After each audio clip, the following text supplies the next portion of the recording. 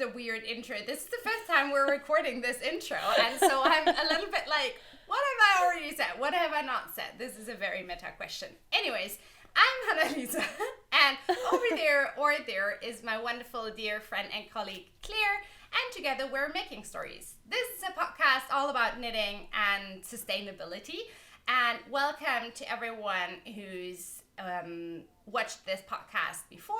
Welcome back. So glad that you're joining us, and a very warm welcome also to everyone who's new to this. We hope you enjoy the next half hour or so. Pull up a chair, get your beverage of choice. Mine is coffee. Your work in progress. And we're just going to chat a little bit about what we're going to talk about today.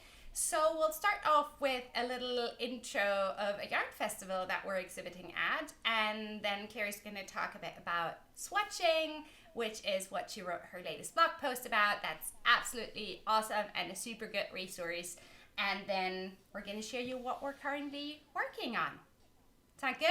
Yay! That sounds awesome. Sounds good to me. Yay! So, yarn festivals. We're super excited because we'll be exhibiting at the second Botanica Yarn Fest. That's actually happening this weekend. Can you believe it? I can't believe it. We were literally only planning for it. It feels like just yesterday you said you were going to do it, and I was like, well, that's ages away. We've got loads of time before then. And then I got back from... I spoke to you. We're recording this on Tuesday, so I spoke to Hannah-Lisa yesterday for my first one-to-one since I got back, and I'm like, Botanica? I was like, is that this Saturday? It's like, yep. Time's just completely flown. I think we've lost 2 months or something. I know. But that doesn't make us less happy about the fact that we'll be exhibiting there. So if you have never heard about Botanica is a virtual knitting festival that's happening all over on Instagram.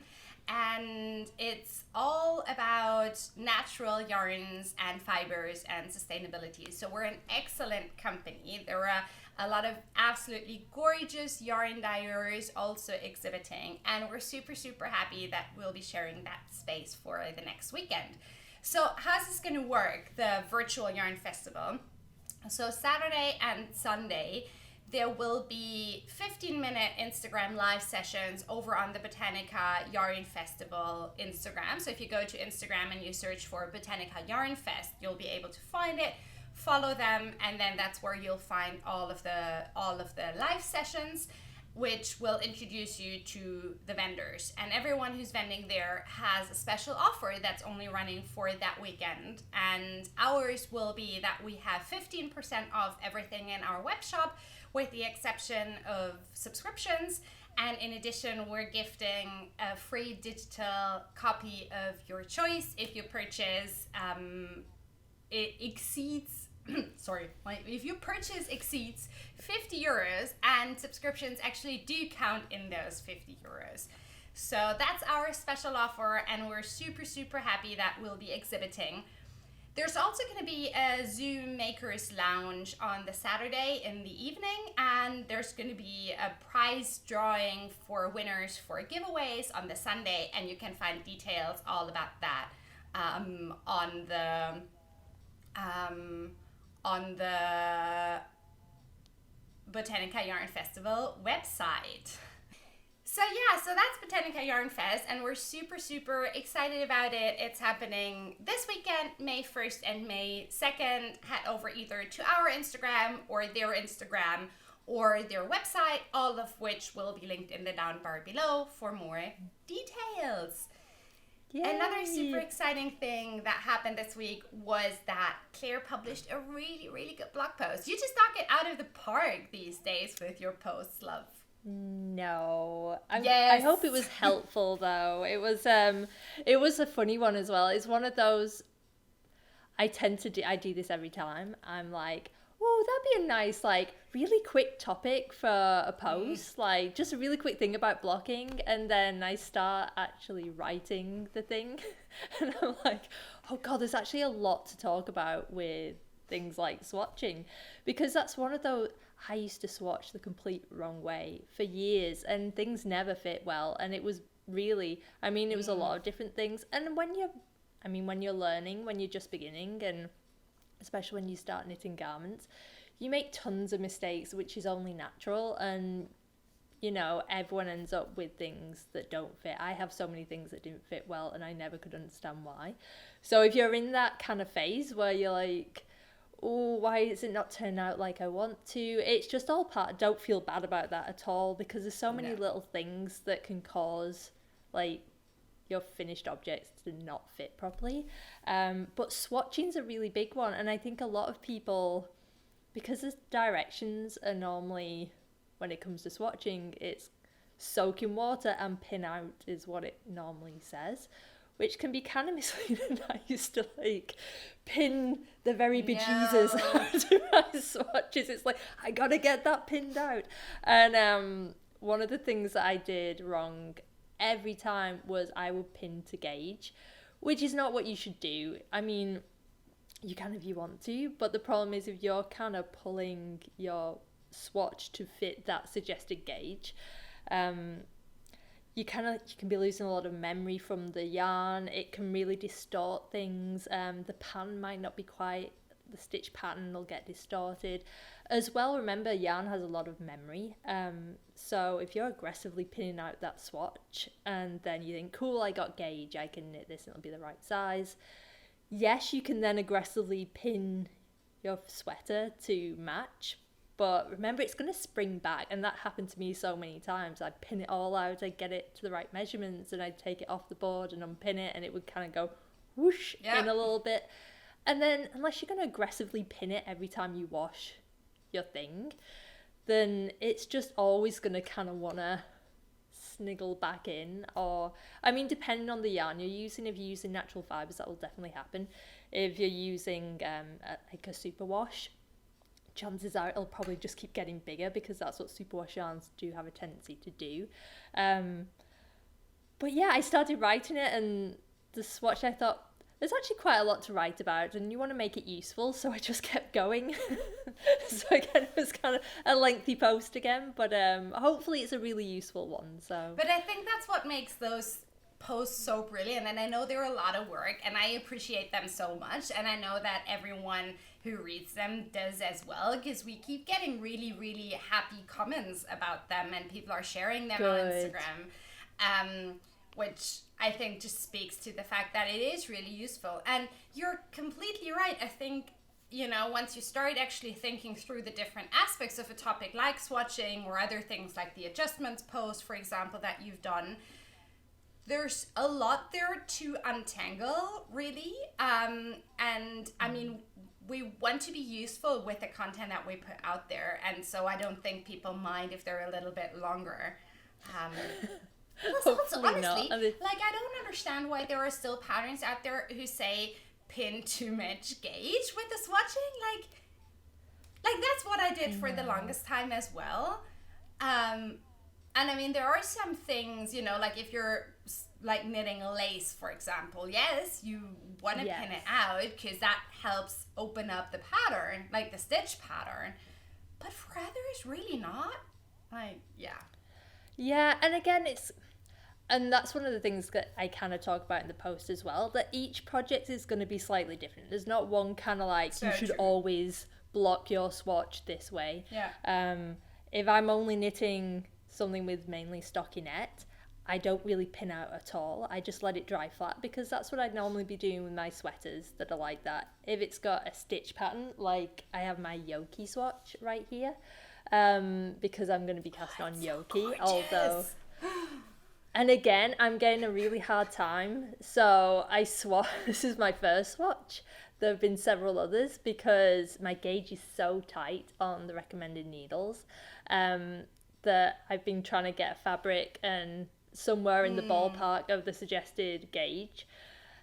But again, something like this, I've kind of gently pinned it out. I don't want to aggressively block it. I don't want to stretch it. I just want to bring out the stitch pattern. So that's kind of where I go to when it comes to pinning my swatches. If I feel like the stitch pattern will benefit from just kind of being opened up slightly, whether that's like a tight cable or it's something with some ribbing in, or if it's even lace. I don't knit a ton of lace because it stresses me out.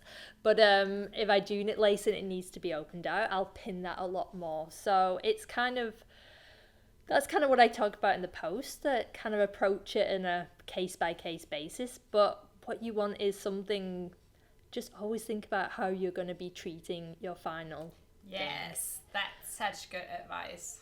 And just you do the same thing to your swatch, because that's how you'll get the most accurate results and the best fit. That's my experience. People might do it differently. Like I always stress, I'm by no means an expert. I've not gone to university and studied knitwear and knitting and anything, but this is just through knitting and doing my own things. This is how I do it. So again, very much my kind of point of view on it, but hopefully if you struggle with it, that maybe you might find it a little bit helpful. So the link is below if you want to give it a read and if you want a few tips. Because I think swatching, again, there's so much in knitting where I think people just assume you're supposed to know these things. And for the longest time, I didn't want to ask anyone about swatches because I thought, well, everyone can swatch already and everyone knows how to do it. And I think I might be doing it wrong, but I don't want to seem like I don't know what's happening. And just ask people. That was silly of me. If I'd have asked sooner, people would have probably been like, don't do that, and I'd have more sweaters that fit me.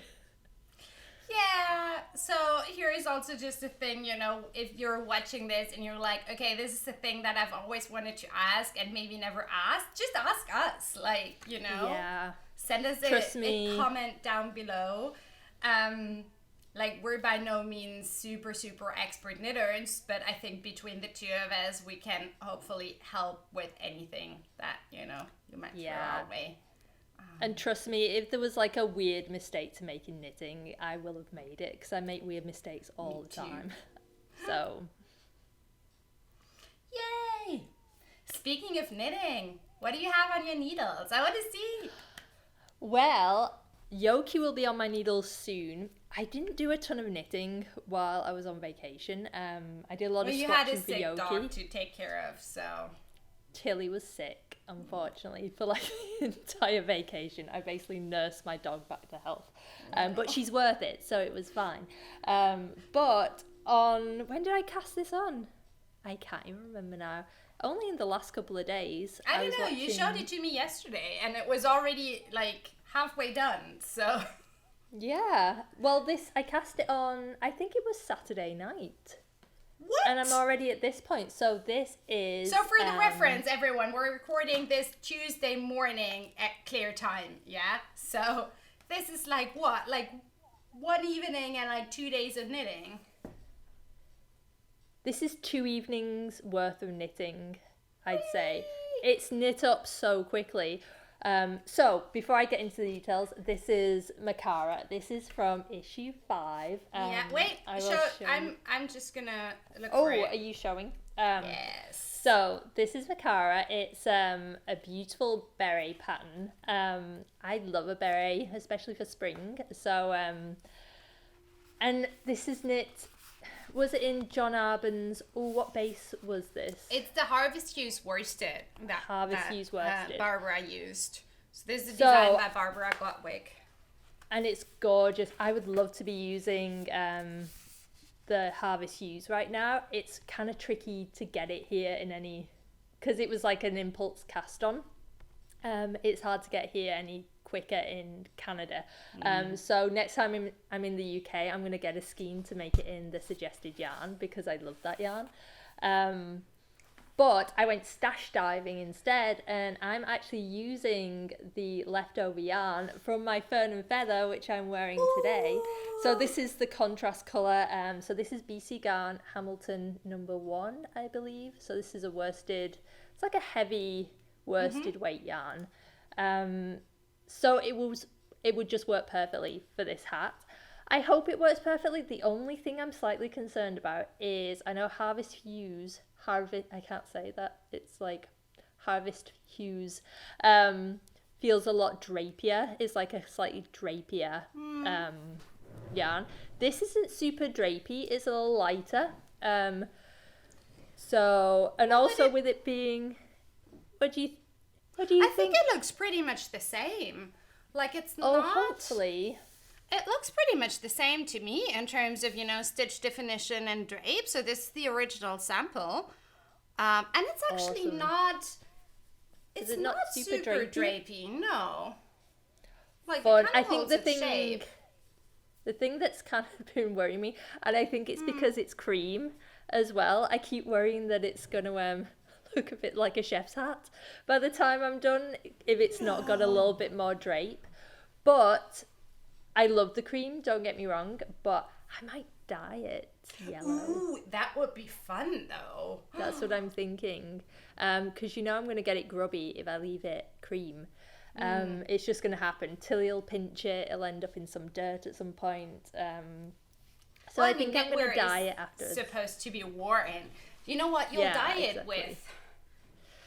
I don't. I have hollyhocks in my freezer. Of course I do. They've been lurking there. Don't you have hollyhocks in your freezer? No. But I've never dyed with them. But we also have a tiny freezer, so... So do we. It's like I really need to use them. We've only got this really small freezer. Oh, that's the door. That's the door! I'll be right back. So yeah, we have a tiny freezer, but that doesn't stop me gathering weird things and freezing them when I'm going to naturally dye something, which I haven't done in forever. So I really need to get those out there so I can but that would be a good use for that. Like, which color would hollyhocks give? I'm not a super proficient dyer, so... Me neither.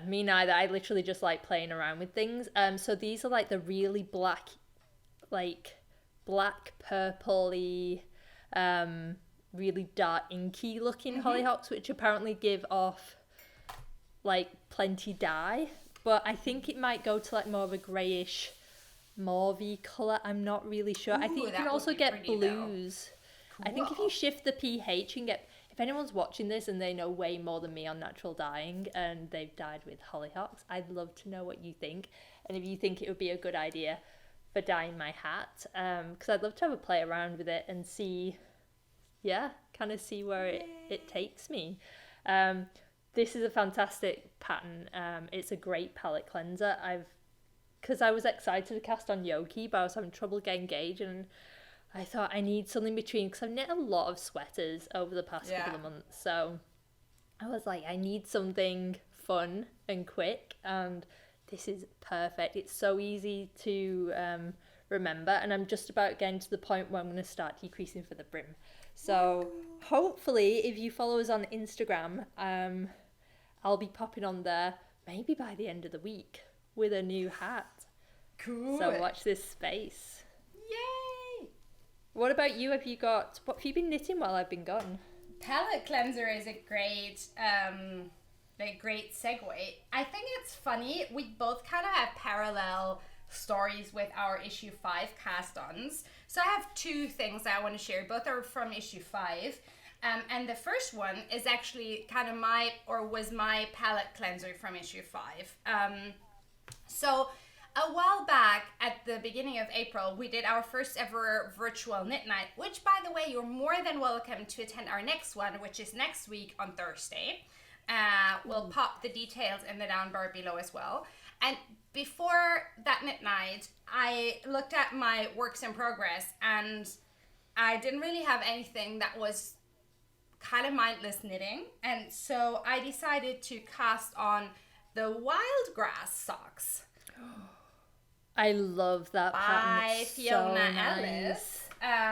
They're also from issue 5.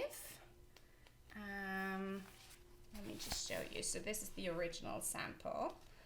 Ooh, I love those. They're a perfect palette cleanser, and they're exactly my cup of tea. Like, when it comes to sock knitting, I like patterned socks, but with a pattern that's repetitive. So, after a couple of repeats, where things are at, and you don't need to refer to the chart or the pattern, because that's the type of knitting that I can take to the playground, or if I need a breather or two and Orin is playing or destroying the kitchen or whatever 19 months old little humans do. I can just, sit and knit a couple of rounds and then put it back down and everything's good. And those are perfect for that. So I finished the first sock. I still have to do the second one, but I'm super, super happy with how it turned out. So let me just show you. Is that going to focus? Hello, please focus. There it is. I love that colorway as well. Me too. Isn't that gorgeous? So that yarn is a yarn that I've had. I also went stash diving for this. I've had it forever in my stash. It's from a collaboration that I did way back when with Ida from Woolapik, who still dyes yarn, and we did like a bag and yarn combo thing. I don't know, like maybe 4 or 5 years ago. So this is a 50% merino, 50% silk, non-superwash yarn, and it's this gorgeous natural cream color with these golden and copper and pink speckles, and it's absolutely wonderful. And I think it just works really well with the pattern. So you can kind of see, I mean, obviously in a solid color, the lace detail comes out a little bit stronger, but you have these little lace kind of ripples that are on the foot and then up the leg and the back of the leg as well. And I just really like all of the little details. I love the heel flap thing that's kind of reinforced with slipped stitches, and the twisted cuff. I love it. Yeah. And so these socks are knit toe up, which is my absolute favorite. And I didn't do any modifications except for that so if you've seen them, focus. If you've seen them in the magazine, you'll notice that the last two pattern repeats on the leg actually have little bubbles here next to the lace, and mine don't. Yeah. And that's because I honestly thought about what I wanted from these socks, and it was what I said before. I just wanted to pick them up, like be able to pick them up and knit a few more rows. And if I have to pick up a crochet hook every other row for 4 bubbles, that wasn't going to be it. And so I thought for a hot second, I was like, I would love to have them. And I think they're so fun that I can definitely see myself knitting them again. And then I would like to try with the little bubbles. But for now, they're exactly what I need. And I can just really, really recommend them. I love them. And I think that's an important thing as well. Like, I love knitting patterns as seen, but it's always fun if you can adjust it and change it a little bit to suit what you want from a knitting pattern. I'm all for making adjustments and doing some modifications and things like that, because it just makes it your own and it's a lot more fun. Yeah. So that's my one current work in progress, and the other one that requires a lot more brain space, but it also makes me super happy. I did the thing where I stopped in the middle of a row. Yay, great podcaster, Annalisa. Well done. Okay. It's your thing. It's my thing. Anyways, so it's like a blob of knitting. I know, it looks good, right? Though. Okay, so this is my bindweed, our cover design from issue 5, a cropped cardigan. Okay. This is not going to show up really well.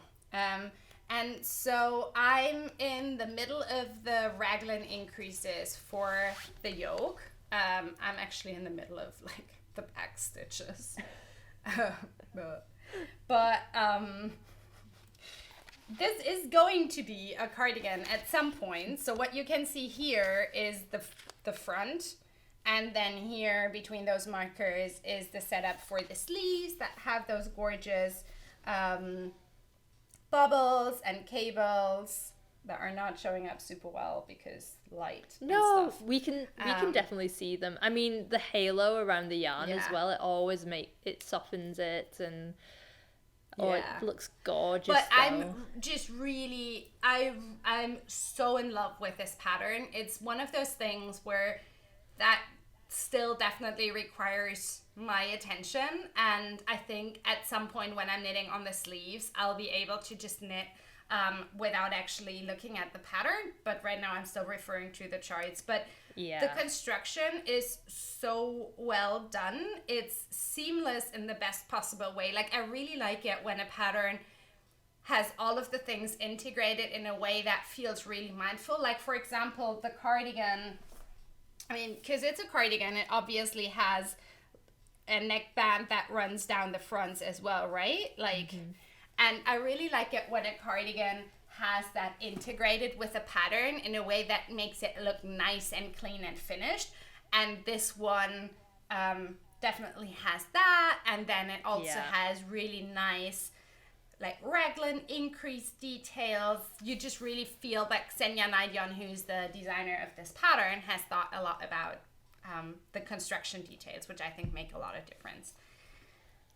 It is a beautiful pattern. I'm in love with the yarn. So I'm knitting this in the original yarn the pattern calls for, which is Knitting for Olive.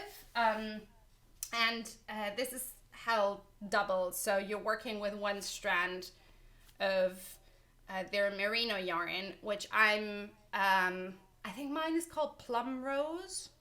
Yeah. I think Plum Rose. And then you hold that double with a strand of their soft silk mohair, and mine is Dusty Clay, I think. Yeah. Yeah, I remember us going back and forth a few times while you picked your colorway. It was so hard. I knew that I wanted something pink, sort of slightly muted pink, a little darker than the original sample. But they have so many gorgeous colors. Knitting for Olive, I tell you, it was really hard to pick some. But I already know my colors. I'm gonna knit this at some point. I already know what colors I'm gonna be picking. Which colors are you gonna? I'm going for, oh god, I can't remember the name. I think I was going for, it was like a neutral. I liked, like with the sample, it was like a neutral in the merino and then a definite color with the mohair. Yeah. And I'm going to do the same. But the mohair I was going for, it was a something honey. It was like a really goldy yellow color that when it's going to be paired with, you know, me and yellow, I need all the yellow things. Gorgeous though. Yeah. Yes. So that's on my list for at some point. But I'm going to knit Yoki first. I can't wait to knit Yoki. Once I've got my gauge worked out with it, I'm just going to go and there'll be no stopping me. But I'm trying to be... It's going to be worth it. It's such a beautiful design. Yeah. So you're actually going to knit the bindweed in like neutral with the yellow. I think that's going to be gorgeous. Yes. And there were a few really, really nice bindweed works in progress NFOs popping up on our Instagram lately, which makes me super happy. Me too. And I saw one actually, I think I posted in our stories, where because I love the croppedness of the sample, which is how I'm definitely going to be knitting it, but they'd elongated it a little bit. Ooh. So that was kind of fun to see, because I did wonder, because not everyone likes a cropped shape, so it's kind of nice to see people modifying it, and because it's such a beautiful cardigan, so you definitely don't need to be limited to that crop silhouette if you like the rest of it. It's top down, so you can definitely just elongate it, definitely, knit it a bit longer. And if you're a little bit unsure about that, we actually have several blog posts on that topic if you want to look at adjusting length, so I'll stick those below as well. But yay, it's so exciting. I'm so happy seeing all the issue 5 projects popping up. It's so fun. Yeah, me too. On that note, if you're knitting something you would like us to see, just tag us on Instagram, you know, maybe make sure that you tag us on the photo, because that way it kind of stays up in our notifications. You can also just email us a photo. We're just always really happy whenever we see a Making Stories project out in the wild. Yeah. Oh, I love it. We actually got an email of someone who's been knitting wildgrass showing us the socks just yesterday. Oh, I love it. Which was gorgeous. So we love anything like that. Just let us know what you're knitting. We love to see what you're up to. Yeah. Speaking of, we're up to the end of this episode. Nice. Yeah. It's a good 30 minutes. Nice. That's nice. I know. That is I hope you enjoyed spending a little bit of time with us. And as I said, sort of at some point over the last 30 minutes, we're going to have our next virtual knit night happening on Thursday, May 6th. That's starting at 7:30 p.m. Berlin time. And it's just a super cozy, relaxed thing on Zoom. It's totally free. We're hanging out, knitting stuff, and talking about yarn and thingies. So we'd love it if you joined us. We're going to pop the details to the Zoom room down below. And then if we don't see you there, we're going to be back here in 2 weeks with another episode. Yes, you are. And we look forward to speaking to you then. And if you want to say hello or anything like that, as Hannelise said, find us on Instagram or just drop us an email at hello@makingstories.com. And please do stop by this weekend for Botanica, where Hannelise is going to be live on Instagram on Saturday. And there's also a ton of other exciting vendors taking part. So please do check it out. I'm going to put all the details below for that too. And yeah, we can't wait to see you there.